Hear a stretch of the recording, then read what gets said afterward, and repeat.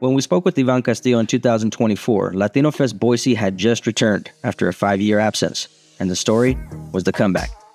2 years later, the festival is celebrating its 10th anniversary, but the bigger story may be what is being built around it. Ivan returns today alongside Liz Correa. Both are founding board directors of Raíces Latinas Foundation. Ivan has become a visible advocate and community builder, while Liz is known as the behind-the-scenes architect, the person helping turn a shared vision into the countless relationships, details, and moving pieces required to bring it all together. Today, we're exploring how cultural pride becomes lasting community infrastructure, what it takes to build something of this scale, and why Latino Fest represents far more than one celebration in the park.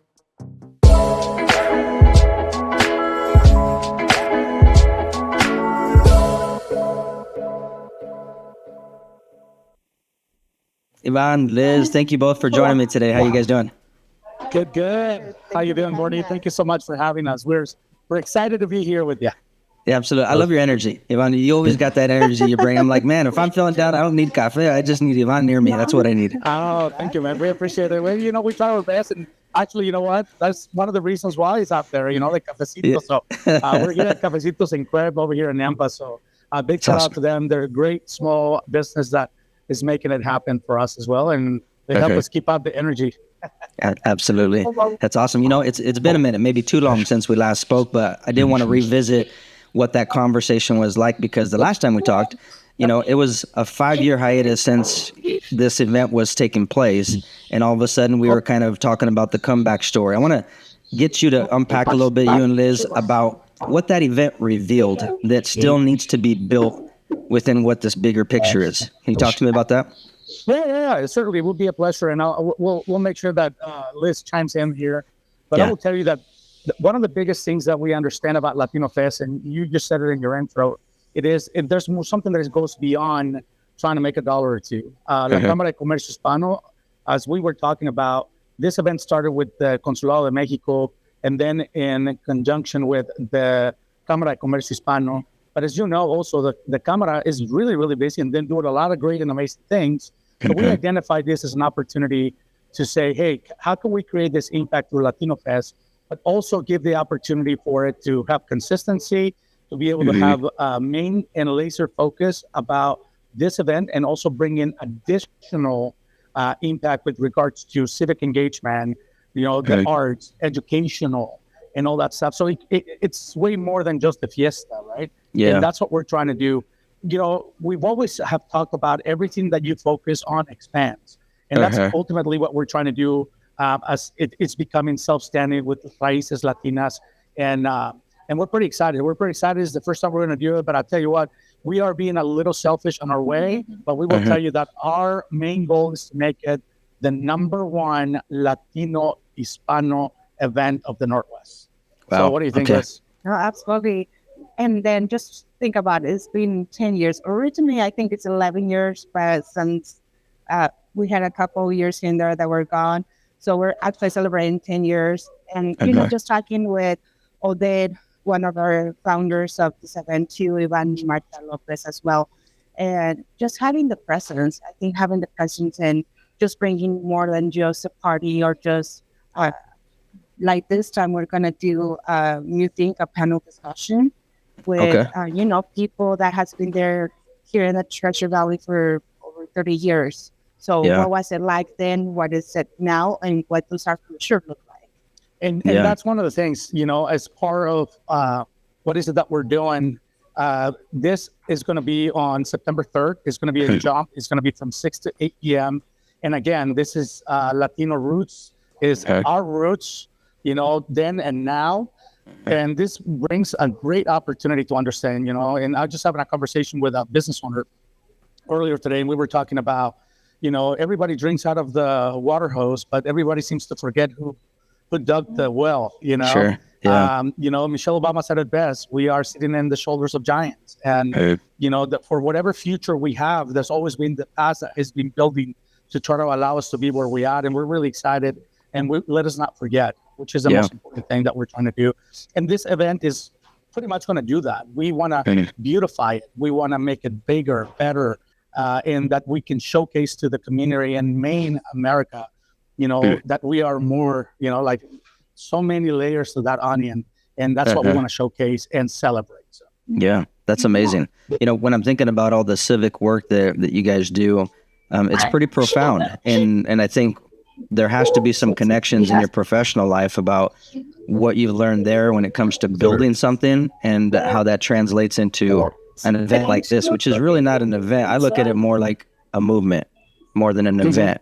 So what could you tell me a little bit about on your professional side, like kind of what you've learned in that space that has allowed you to parlay that into this? The biggest thing that we have learned, and I have learned throughout my years, and she's also a professional. I will tell you that relationships. It is really who you know that can help you succeed in life. And I think that's what we're trying to translate is how do we create those connections between the main community and our community as well, because that in turn is going to create the synergies that are necessary for the impact to really happen. How do we go about creating civic engagement? And I have to tell you, I am the number one person that I like to say in curiosity. I like to say in front of people saying hi, and I get to know your story. So that in turn has helped me. And I have to tell you, I deal with a lot of subs.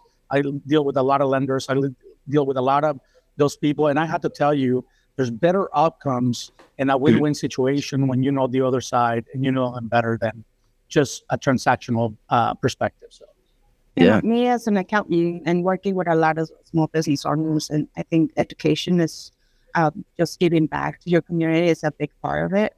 And throughout the years, just being there, learning myself and how to give back. We do it with our volunteer work and just part of that education, give it to, not give it, but just be with other people and altogether be able to give back.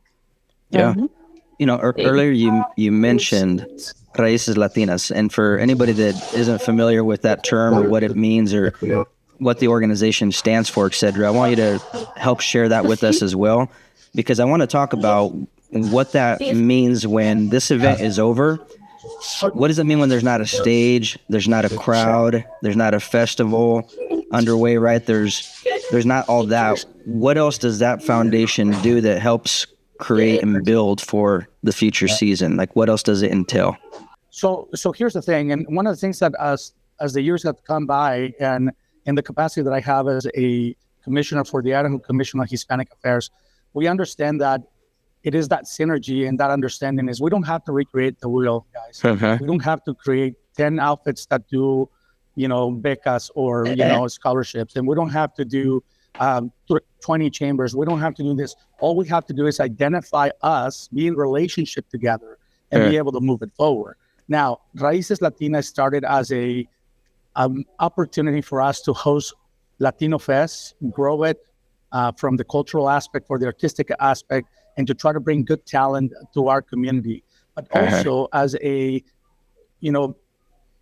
as a nonprofit that will focus also in areas that we haven't seen much of a change, and civic engagement, for example, being able to go ahead and teach people about the arts here in Idaho, to be able to go ahead and promote those things, and I think that's going to be our primary focus. Again, leveraging through those entities that already exist, which are pretty much involved with all of us as well, and try to, not compete, but rather, fortify the relationships and the ability to impact with them. So if we get something in as we are growing and becoming better, because trust me, we're going to grow and get way, way better and amazing, we are going to utilize that power and that leverage to be able to impact what's already existing in our ecosystem. So, if I may add a little bit more to it, this is Latino Fest, right? It's more for Latino Americanos, and just to have more involvement for the whole Latino Americano community. And one of the things that we encounter as we're working Latino Fest is because Latino Americanos is a much smaller community, so it's hard to be able to find different foods from different countries because it's a smaller community. So Raíces Latinas could be like a resource of connecting the community. Latinas folklórico from Chile, Maybe we can be that resource for, this is a community for you to connect with other people from your countries, be able to maybe make a folklore or maybe have a food truck. So be able to have that connection for have you seen that Colombiano chicharrón truck that sees on TikTok lately?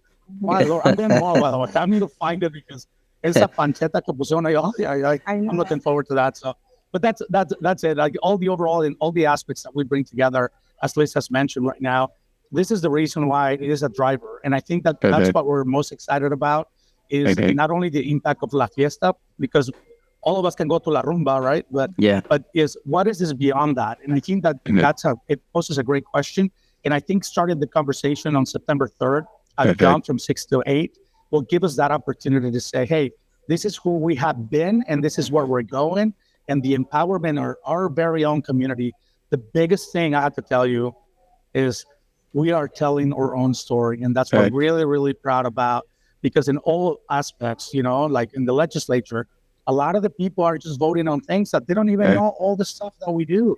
So this is becoming a great opportunity. We're telling our own story.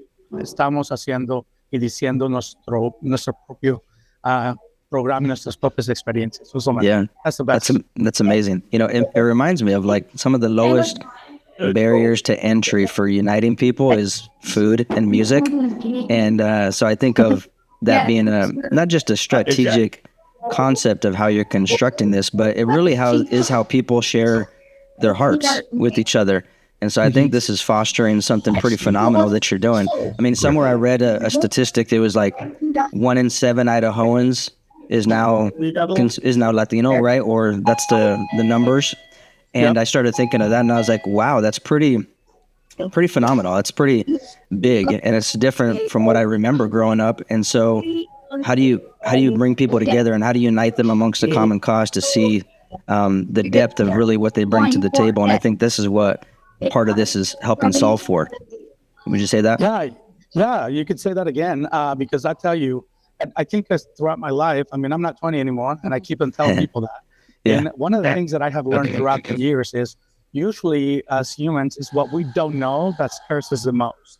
And this Latino Fest becomes that opportunity for everybody that might be different than us, for example, to come, gather together, have a good time, eat really well. And by the way, you'll find out that there's more that unites us, that things that will actually, take us apart, which is usually 1% of a difference. And that's something that a smile can fix anyway. So. Absolutely. Attendees, when they come to Latino Fest, it's just like feeling a little bit of home, right? Being able to connect with other people. Just that embracement that they have to see other people from, it could be other countries and everything, by just even saying good afternoon, buenas tardes, or cómo están, or having the vibra, happiness and being there. I know last time we had a map, a big interactive map, and just seeing the impact of, parents even telling their kids, that's the country I'm from. This is our roots. This is where we are from. So that's very impactful. Just to be able to see families enjoy the events.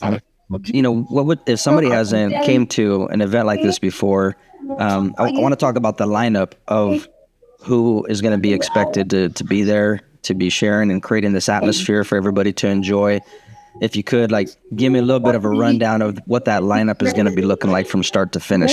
We can make some noise and find out, but I will tell you, okay, so, Latino Fest is having, we understand, this is a really important year for all of us as a community, and we understand that we were going to have, usually we have a guest country, and we decided, no, this year, it has to be all of us, right? So, unidos, como Latinos is what's going to happen. So what better than cumbia? Cumbia brings all countries together. And we can have bachata, salsa, banda, lo que quiera. But man, a good cumbia is danced by any and all of us right now. So with that said, we bring it back again, the Sonora Show. So if you guys have ever, danced to any cumbias from La Sonora, they're coming in here and they're going to help us out. They're our main event. But also, we're just trying to have Fusión Latina Band, which is their up-and-coming guys here from the area. So we're pretty excited that we are showcasing them. They're going to go ahead and do some bachata and some salsa as well. We're going to have also traditional dances from Chile and Colombia. So we're pretty excited about that. We also understand that now we have a lot of hip and young community, and there's a lot of scenic work with all the DJs in the area. So we're going to do a little battle of the DJs and find out who's going to take home the main prize. And of course, that's going to be by applause. We're going to have, of course, a dance contest. That's the main? That's the main, yeah. So we have a Latin parade, by the way. So anybody that is listening to us, we're going to start at 3:45. It's going to be over there from the City Hall. And we're going to it's a couple of blocks, but we want you to be proud. We want you to come and bring your flag. We want you to come and bring your shirt. We want you to if you have a typical dress from your country, bring it. Let's have some fun, all of this together. Let's showcase each other and then make it happen. So we also have an after party. You know, if you would need to go and enjoy yourself a little more, we're going to have an after party for you. It's going to be the 3-4 as well. And we're also going to have a kids area, as you guys know. Todos tenemos familias, so we're going to have a kids area, the cultural moments, of course, and then all the Latin food trucks as well. So quite a bit of stuff out there. And beer garden. Beer garden. She's like, it's Friday. I need it right now. It's a Saturday, so it's going to be fun. So That's awesome. Well, no, thanks for sharing all this with me. I want to ask you a loaded question to kind of cap us off here. And so you can take a minute to think about it if you need to, or a few seconds here. But if we were to come back and revisit this conversation, 5 years down the road, what would you say needs to have happened, in order for you to say that this event and what you're spearheading, it changed more and it spearheaded more than a single weekend, and it catapulted what you're doing as a movement for the next generation? What would you say that is? Well, that is a great question. And I have and we have thought about it time and time again. And I will tell you, I think the Chamber is a great example now that they're going on their 20th year, and how you've seen now as opposed to when we first started. I will tell you that Latino Roots in 5 years will be a major impacting nonprofit that will enhance and it will increase the presence of all the other entities that we do have in the Valley. And really, really becoming that active player on developing them and to be able to impact our community as a whole. So I will say that on top of becoming, as I mentioned to you, we're going to be the best Latino Fest of the Northwest. On top of that, I think that we're going to be in a great opportunity to be able to leverage and impact the community and the entities as a whole. So mark me on that. And 5 years later, I'm going to be like, let's talk about this. We're not that old. No, but nowadays we are seeing that impact. And, 10 years ago, the seed was planted. They saw the need of that to have it in the city of Boise. Maybe a couple hundred people showed up on the first or second one. 2 years ago, we had thousands of people showed up. So how do we see it? Just Latino Fest itself within the organization, right? Yeah. Just what he mentioned, make it 3 times bigger than what it is. It's más que la rumba, trust me. It's going to be más que la rumba, and that's awesome. That's awesome. Well, thank you both for joining me here today. Liz, Ivan, I appreciate you guys a ton. Best believe, I love me a good cumbia. So you know what? You're going to catch me burning it up over there too. Yeah, I appreciate you guys. Well, we look forward to see you out there. Thank you so much. And once again, on behalf of Liz, me and Lord Raíces Latinas, the best is yet to come. We'll see you guys out there. Latino Fest 2026. Thank you so much. You got it. See you there.